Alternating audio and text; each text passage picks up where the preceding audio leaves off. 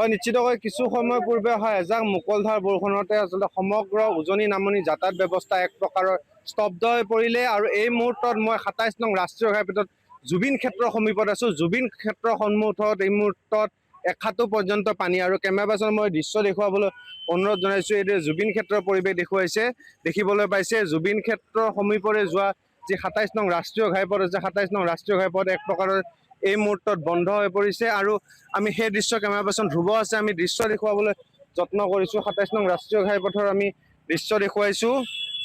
এইদৰে পানীয়ে সম্পূৰ্ণ ২৭ নং ৰাষ্ট্ৰীয় ঘাইপথ যি আছে সম্পূৰ্ণ ৰাষ্ট্ৰীয় ঘাইপথ আচলতে বুৰাই পেলাইছে আৰু এজাক বৰষুণৰ মুকলধাৰ বৰষুণৰ ফলত ২৭ নং ৰাষ্ট্ৰীয় ঘাইপথৰ এক অবৰ্ণনীয় পৰিৱেশ। এখন দুচকীয়া গ্লেমাৰ বাহন দেখুৱাইছো। কিদৰে গ্লেমাৰ বাহনখন আধা অংশ এই মুহূৰ্তত পুত গৈছে আমি সেই দৃশ্য দেখুৱাবলৈ অনুৰোধ জনাইছো আৰু ক'ব লাগিব যে জুবিন ক্ষেত্ৰৰ সমীপত এইদৰে আচলতে বিপদসংকুলভাৱে পানী আৰু বোকাই আৱৰি ধৰিছে। মই কেমেৰা পাৰ্চন সেই দৃশ্য দেখুৱাবলৈ অনুৰোধ জনাইছো। এইদৰে জুবিন ক্ষেত্ৰৰ সন্মুখত যিহেতু পাহাৰৰ পৰা নামি অহা পানী ধৰিলে সম্পূৰ্ণ জুবিন ক্ষেত্ৰ বুৰাই পেলাইছে আৰু জুবিন ক্ষেত্ৰ সমীপ বুলাইছে আৰু উজনি নামনি যাতায়াত ব্যৱস্থা এক প্ৰকাৰ স্তব্ধ হৈছে। কেইটাত বানপানী আহিছিলে? পানী কেইটাত হৈছিলে? পানী এই অলপ আগতে আহিল বৰষুণ দিলে। পানীটো মানে বৰষুণ দিলে ওপৰৰ পৰা নামি আহি গোটেই ৰাস্তাটো কৰি দিছে। এইটো হৈয়ে থাকে সদায় হৈ থাকে। এইটো বেয়া কথা হৈছে, কিবা কৰিব লাগে চৰকাৰে।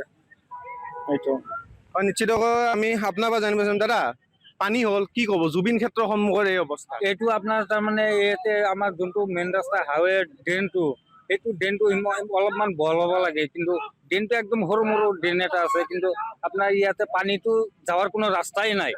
এই ৰাস্তাটো আপোনাৰ তাৰমানে ড্ৰেইনটো যদি অলপ বহলাই কৰি দিয়ে ৰাস্তাটো তাৰমানে ইফালে আমাৰ পথাৰখিনি পাৰ হৈ যাব, কিন্তু এইখিনিৰ কাৰণে আমাৰ পানীখিনি স্থগিত হৈ আছে। মেইন ৰাস্তা একদম পুৰা বুৰাই দিছে। হয় আচলতে নলাৰ সুব্যৱস্থা নথকাৰ বাবে আচলতে জুবিন ক্ষেত্ৰৰ সমীপৰ পৰিৱেশ এই মুহূৰ্তত দেখুৱাবলৈ যত্ন কৰিছো কেমেৰা পাৰ্চনক। নলাৰ সুব্যৱস্থা নথকাৰ বাবে যি উজনি নামনি যাতায়াত ব্যৱস্থা এক প্ৰকাৰৰ স্তব্ধ হৈ পৰিছে। এই মুহূৰ্তত মই পৰিৱেশ দেখুৱাবলৈ যত্ন কৰিছো যিহেতু উজনি নামনি যাতায়াত ব্যৱস্থা সম্পূৰ্ণ স্তব্ধ হৈ পৰিছে আৰু যি ২৭ নং ৰাষ্ট্ৰীয় ঘাইপথ সম্পূৰ্ণ তীব্ৰ যান জঁটৰ সৃষ্টি হৈছে। আমি এই মুহূৰ্তত ২৭ নং ৰাষ্ট্ৰীয় ঘাইপথৰ এটা পৰিৱেশ দেখুৱাবলৈ যত্ন কৰিছো। কি উজনি কি নামনি সকলো লোক এই বানত আবদ্ধ হৈ পৰিছে আৰু দুচকীয়া বাহন দেখুৱাইছো এখন গ্লেমাৰ বাহন এইদৰে আবদ্ধ হৈ পানীৰ মাজত আবদ্ধ হৈ পৰিছে আৰু পানীৰ মাজৰ পৰা গ্লেমাৰ বাহনখন উদ্ধাৰ কৰাৰ চেষ্টা এই মুহূৰ্তত অব্যাহত ৰাখিছে একাংশ লোকে। আৰু এই হৈছে ২৭ নং ৰাষ্ট্ৰীয় ঘাইপথৰ পৰিৱেশ। আমি ২৭ নং ৰাষ্ট্ৰীয় ঘাইপথৰ কিছু পৰিৱেশ এই মুহূৰ্তত দেখুৱাইছো যে জুবিন গাৰ্গৰ সমাধি ক্ষেত্ৰ যি জুবিন ক্ষেত্ৰ আছে জুবিন ক্ষেত্ৰৰ সমীপৰ এই পৰিৱেশ আচলতে ২৭ নং ৰাষ্ট্ৰীয় ঘাইপথৰ এই পৰিৱেশ আৰু এইদৰে দেখুৱাই আছো ২৭ নং ৰাষ্ট্ৰীয় ঘাইপথত নলাসমূহ আচলতে সুকলমে নবনোৱাৰ বাবে বা নলাসমূহ চফা নকৰাৰ বাবে এইদৰে নৰক যন্ত্ৰণা ভুগিবলগীয়া হৈছে সৰ্বসাধাৰণ ৰাইজ। পানীটো কি হৈছে?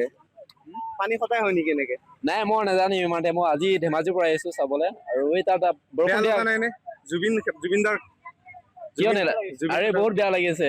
ইমান মানে বেছি টাইম নহয় 10 মিনিট খুব বেছি বৰষুণ দিছে নেকি 10 মিনিটে পুৰা মানে নদী নিচিনা পুৰা পানী বৈ আহিছে মানে। হয় জুবিন ক্ষেত্ৰৰ সমীপৰ পৰিৱেশ এয়া হৈছে জুবিন ক্ষেত্ৰৰ সমীপৰ পৰিৱেশ ২৭ নং ৰাষ্ট্ৰীয় ঘাইপথৰ পৰিৱেশ। পুখুৰী সদৃশ এক অৱস্থাৰ সৃষ্টি হৈছে যাৰ বাবে এই মুহূৰ্তত উজনি নামনি যাতায়াত ব্যৱস্থা সম্পূৰ্ণ স্তব্ধ হৈ পৰিছে। কিছু সময় পূৰ্বে মুকলধাৰ বৰষুণৰ ফলতে এক অবৰ্ণনীয় পৰিৱেশৰ সৃষ্টি হৈছে ২৭ নং ৰাষ্ট্ৰীয় ঘাইপথত। কেমেৰা পাৰ্চন ধ্ৰুৱৰ সৈতে মই ৰঞ্জিত হাওলদাৰ, নিউজ লাইভ সোণাপুৰ।